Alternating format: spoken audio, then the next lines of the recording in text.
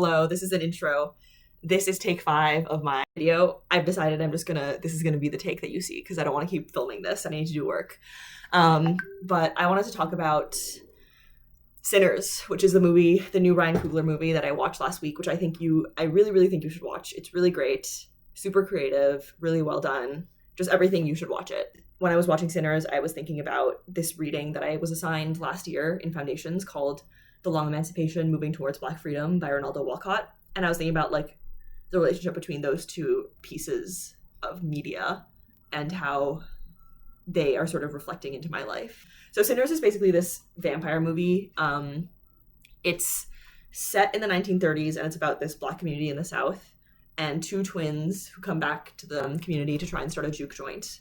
And then vampires arrive. Spoilers. In my mind, the vampires are sort of a metaphor for the promise of community that is really not community but is assimilation. Because obviously the vampires, the ones who start are they're white, and they kind of appeal to the sense they're these people as in broader white people, we're never gonna let you succeed, but we promise this as a coven of vampires, promise you a community.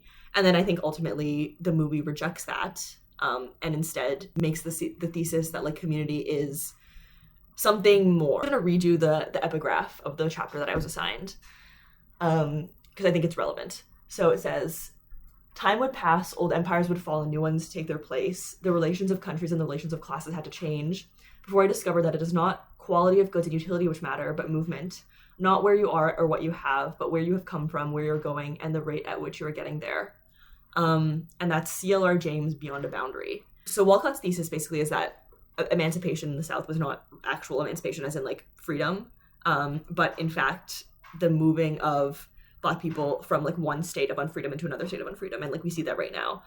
And basically his argument is that legal emancipation or emancipation through rights are never going to be truly what liberates Black people, and in fact what liberates them is this thing called bodily sovereignty. I'm just going to read it.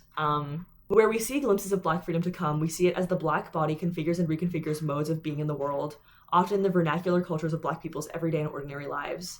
The manner in which Black people own their bodies and the ways in which music, dance, clothing, attitudes, posture, affect, optic, and opinion keep language, and a range of practices both tied closely to the body and emanating from it, allow for us to glimpse Black freedom in fleeting moments."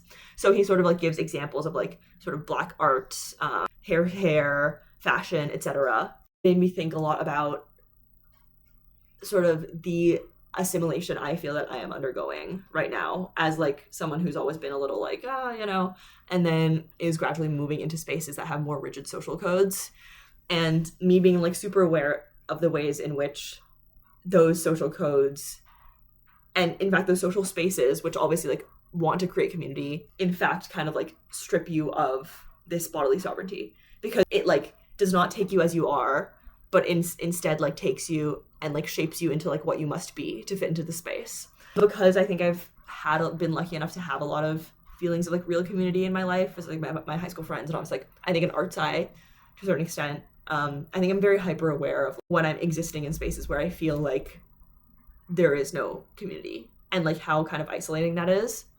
And I wonder what you think about this, because I've always kind of thought about you, Ikta. This is me talking to Ikta, as being more practiced, I guess I would say, at having to shape yourself into these spaces. But I think that for me it's not the first time, obviously I did this in art side to a certain extent, but definitely the most extreme time I've had to do this. And I think that having read all of this stuff about assimilation and having seen all this media and knowing what I'm being assimilated into, it just feels kind of interesting being assimilated while knowing I'm being assimilated. I'm just hoping that when I make it through, I'll be able to keep some sense of myself, and that I don't end up in a spot where I've just like the vampires, right? Where it's I've sold my own self to this class that I think is the answer, and then I'm there, and then I realize it actually is not.